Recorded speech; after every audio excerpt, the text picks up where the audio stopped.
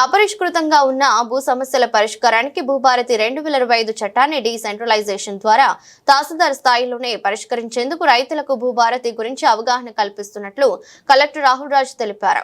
గురువారం తూప్రాన్లో వ్యవసాయ రెవెన్యూ శాఖ ఏర్పాటు చేసిన భూభారతి అవగాహన సదస్సుకు ముఖ్య అతిథిగా సైడ్ ప్రసంగిస్తూ పౌతి ద్వారా దరఖాస్తు చేసిన వెంటనే న్యాయబద్ధంగా ఉండి పెండింగ్ లో ఉంటే పరిశీలించి సంబంధిత గ్రామ పంచాయతీలో తహసీల్దార్ ఆఫీసులో నోటీస్ పెట్టి పూర్తి స్థాయిలో విచారణ జరిపి రికార్డులు సవరించాలని సూచించారు.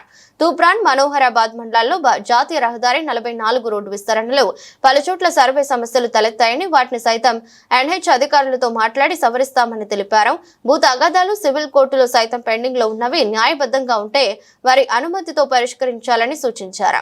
కార్యక్రమంలో ఆర్డీఓ జయచంద్రారెడ్డి, తహసీల్దార్ విజయలక్ష్మి, డిప్యూటీ తహసీల్దార్ ప్రభు, రెవెన్యూ ఇన్స్పెక్టర్ ప్రేమ్ కుమార్, వ్యవసాయ అధికారి, నీటిపారుదల శాఖ అధికారులు పాల్గొన్నారు. ఎవరైనా సక్సెషన్ కి అప్లై చేసుకున్నారంటే ఒక నోటీస్ జనరేట్ చేసి ఇద్దరు అప్లై చేసుకున్నారు. ఆ ఇద్దరు అప్లై చేసుకుంటే ఆ ఇద్దరికి నోటీస్ ఇస్తాం, వాళ్ళిద్దరు కూడా నోటీస్ ఇస్తాం. ఆ భూమి భూమి ఇప్పుడు చనిపోయిన వ్యక్తి భార్య ఉంటుంది, సో ఆమెకు కూడా నోటీస్ ఇస్తాం. సో అక్కడ ఉన్న కూతుర్లు ఉంటే వాళ్ళకు కూడా నోటీస్ ఇస్తాం. ఇంకా ఎంతమంది వారసులని తహసీల్దార్కి తెలుసుంటే వాళ్ళందరూ కూడా నోటీస్ ఇస్తాం. తెలియలేదనుకోండి ఎట్లా తెలుసుకుంటారు? అందుకని గ్రామ పంచాయతీలో కూడా నోటీస్ బోర్డులో పెడతాం. పెట్టినప్పుడు ఏంటనేసి అంటే అక్కడ ఇప్పుడు ఎక్కువ మనకు వచ్చేటప్పుడు గ్రామ పాలనాధికారులు అనేసి కూడా వస్తారు మనకి, విలేజ్ లెవెల్ ఆఫీసర్స్. సో వాళ్ళు కూడా అక్కడ చాటింపు లాగా వాళ్ళందరూ కూడా చెప్తారు. చెప్పినప్పుడు ఆ ఊరు వాళ్ళకి తెలుస్తారు. ఆ ఊరు వాళ్ళకి తెలిసినప్పుడు అని ముగ్గురే అప్లై చేసుకున్నాడు, ఇంకో 4 ఆయన హైదరాబాద్ ఉన్నాడు కదా, ఆయన నంబర్ ఇంటి దగ్గర ఉన్నది అనుకోండి. ఆ ఊరు అయిన వ్యక్తి ఏం చేస్తాడు, ఇమీడియట్గా ఫాలో చేసి ఇగో మీ అన్నదమ్ములు ముగ్గురే అప్లై చేసుకున్నాడు, నీ పేరు అట్లా లేదు అని చెప్తారు. నోటీస్లో మనము ఎవరికి చేయబోతున్నాం పౌతి అని కూడా రాస్తాం. ఈ ముగ్గురే రాస్తారని 4వ వ్యక్తి కూడా ఉన్నాడని కూడా వీళ్ళు సమాచారం ఇచ్చినా కానీ ఆ 4వ వ్యక్తి వచ్చి తహసీల్దార్కి చెప్తే కూడా వాళ్ళ అబ్జెక్షన్ తీసుకొని మళ్ళీ అందరినీ ఒక హియరింగ్కి పిలిపించి ఎంతమంది ఉన్నారు, సో మనం మీ అందరు సమానంగా చేసుకుంటారా, ఒకరు ఎక్కువ తక్కువ చేసుకుంటారా, అందరు అగ్రిమెంట్ అయితే దాని ప్రకారంగా వాళ్ళ అగ్రిమెంట్ ప్రకారంగా చేయడానికి అవుతుంది. సో దట్ ఇట్లా ఎవరు కూడా లాస్ కాకుండా ఉంటుంది. సో అది మనకి ఒక ప్రొవిజన్ మనకి చట్టంలో చేయడం జరిగింది. సో సరే అది 30 రోజుల్లో చేయలేదు అనుకోండి, చేయకపోతే ఏమవుతుందంటే ఇమీడియట్గా అది ఆటోమేటిక్గా తహసీల్దార్ చేయకపోయినా ఎవరు అప్లై చేసుకున్నారో వాళ్ళ పేరు మీదకి పట్టా అయిపోతుంది. తర్వాత కూడా ఏమన్నా మనకి తప్పు జరిగింది అనేసి అంటే కూడా దానికి కూడా మళ్ళీ మనకి ఇంకొక లెవెల్లో ఆర్డీఓకి అప్పీల్ చేసుకోవడం, మళ్ళీ ఆర్డీఓ దగ్గర కాలేదంటే మళ్ళీ కలెక్టర్ దగ్గర అప్పీల్ చేసుకోవడానికి కూడా ప్రొవిజన్ ఉంది. అంటే ఫస్ట్ తప్పు జరగకుండా చేయడానికి ఏమేమి స్టెప్స్ తీసుకోవాలో అది చట్టంలో పొందుపరుచుంది.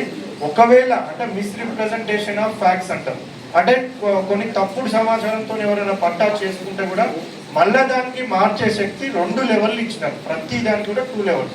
తహసీల్దార్ ఏమన్నా డిసిజన్ తీసుకుంటే దాని మీద ఆర్డీఓకి వెళ్ళొచ్చు, ఆర్డీఓ దగ్గర కూడా న్యాయం జరగలేదంటే కలెక్టర్కి వెళ్ళొచ్చు. సరే ఆర్డీఓ లెవెల్లోనే ఏదైనా డిసిజన్ తీసుకున్నట్టయితే అది వాళ్ళకి నచ్చకపోతే కలెక్టర్ దగ్గరికి వెళ్ళొచ్చు, కలెక్టర్ది కూడా నచ్చకపోతే మళ్ళీ ల్యాండ్ ట్రిబ్యునల్ CCL అని హైదరాబాద్లో ఉంటారు, వాళ్ళ దగ్గర కూడా వెళ్ళొచ్చు. సో ఇంతకుముందు ఏంటంటే డైరెక్ట్ కోర్టుకు పోవాల్సి వస్తుంటే, కోర్టుకు పోతే మీ అందరు కూడా తెలుసు ఇప్పుడు తహసీల్దార్ దగ్గర, ఆర్డీఓ దగ్గర, కలెక్టర్ దగ్గర అంటే మనం ఒక సాదా కాగితం మీద అప్లికేషన్ రాసి ఇచ్చినా కానీ కూడా వాళ్ళు దాన్ని అప్పీల్ కింద తీసుకుంటారు. అదే కోర్టు అంటే మనకు ప్రొసీజర్ ఉంటుంది, ఒక ఫార్మేట్ ఉంటుంది, ఒక కాగితం ఉంటుంది. ఈ ఫార్మేట్లో రాయాలో ఒక అడ్వకేట్ని పెట్టుకోవాలి, నాకు వకాలో తీయాలా, ఆయన వచ్చి రిప్రజెంట్ చేయాలి, ఇవన్నీ ఉంటాయి. అదే ఆర్డీఓకో ఎవరు అంటే మనమే డైరెక్ట్ పోయి కూడా మాట్లాడుకోవచ్చు, మన లాంగ్వేజ్లో మాట్లాడుకోవచ్చు. వాళ్ళు ఏం మాట్లాడుతున్నారో కూడా మనకు అర్థమవుతుంది, మనకు తెలిసే విధంగానే అక్కడ హియరింగ్ అనేది కండక్ట్ చేస్తారు. సో ఇటువంటి అన్ని ఫెసిలిటీస్ ఉండాలని రిజిస్ట్రేషన్కి అప్లై చేసుకోవచ్చు. రిజిస్ట్రేషన్కి వచ్చినప్పుడు తహసీల్దార్ నేను చెయ్యను అని చెప్పడానికి లేదు, ఎందుకంటే తహసీల్దార్ ఫీల్డ్ ఎంక్వైరీ చేయడానికి లేదు. సో ఏం ఎంక్వైరీ చేయాలా, పట్టా ఎవరి పేరు మీద ఉందో చూడాలా. ఆ పట్టా ఎవరి పేరు మీద ఉందో ఆయన పేరు మీదనే ఉంది, బట్ ఆయన నిజంగా వచ్చిందా, ఆయన మోకాలు ఉందా అవన్నీ చూడడానికి ఈయన పేరు మీద ఉన్నప్పుడు ఈయన పేరు మీద రిజిస్ట్రేషన్, వేరే పేరు మీదకి ఆయన అమ్మితే చేసేయాల్సింది, ఇంకా వేరే ఆప్షన్ అనేది లేదు. సో దాని ద్వారా చాలా మంది వచ్చి గొడవలు, మేము అబ్జెక్షన్ రాసి ఇచ్చినా కానీ తహసీల్దార్ ఎట్లా చేస్తారంటే మళ్ళీ మనం ఎండార్స్మెంట్ ఇచ్చి మీరు సివిల్ కోర్టుకి పోండి, ఇది టైటిల్ డిస్ప్యూట్ మేము ఏం చేయలేము అనేసి వాళ్ళకి ఎండార్స్మెంట్ ఇస్తారు. సో ఇటువంటివన్నిటికీ కూడా పరిష్కారం కనుక్కోవాలనేది ఒక మంచి క్లాజ్ మనకి చట్టంలో ఏం పెట్టినారంటే, మ్యూటేషన్ చేసిన అంటే ఒకరి పేరు నుంచి ఇంకొక పేరు మీదకి మార్చిన, లేకపోతే కొత్తగా ఎవరికన్నా పట్టా ఇచ్చిన, సో ఏది చేసినా కానీ మనము ఓన్లీ 4 గోడల మధ్యలో కూర్చొని ఆఫీస్ రూమ్లో కూర్చొని పట్టా ఒక రోజులో మార్పిడి చేయడానికి లేదు. ప్రతి ఒక్క దానికి కూడా ఏం చేస్తున్నామో అందరికీ చెప్పి చేయాలా, ప్రతి ఒక్కరికి చెప్పి చేయాలి. ఏ విధంగా చేయాలా, ఎవరెవరైతే ఆ భూమి మీద ఇంట్రెస్టెడ్ పార్టీస్ ఉన్నారో, అంటే అమ్మిన వారు కానీ, కొన్నవారు కానీ, కబ్జాలు ఉన్నవారు కానీ, వేరే ఎవరన్నా కానీ, వీళ్ళందరికీ తెలిసే విధంగా మనం ఇక్కడ ఒక పని చేయబోతా ఉన్నాం అనేసి వాళ్ళ ఇంటి దగ్గర ఒక నోటీస్ వాళ్ళకి ఇవ్వడము, అదే విధంగా గ్రామ పంచాయతీలో ఒక నోటీస్ పెట్టడము, సో దట్ అక్కడ ఊర్లో ఉన్న వాళ్ళకి అందరు కూడా తెలుస్తుంది. నార్మల్గా ఊర్లో ఉన్న వాళ్ళు ఇదంటే మనకు కొద్దిగా అర్బన్ మండలం అయిపోయింది, బట్ నార్మల్గా వేరే మండలాలలో మనం చూసినట్టయితే ఆ ఊళ్ళందరూ కూడా సాయంత్రం పూట అందరు కలిసి ఒక దగ్గర కూర్చుంటారు. సో వాళ్ళకి అందరు కూడా తెలిసి ఈ ఫలానా గట్టు దగ్గర ఉన్న పొలం వీళ్ళది, ఆ కుంట పక్కన ఉన్న పొలం వీళ్ళది, వీళ్ళకి ఆస్తున్నారు, వీళ్ళది అనేసి తెలుసు. సడన్ గా ఎవరు ఆ ఊళ్ళో లేని వాళ్ళ పేరు మీద పట్టా అయిపోతుంది.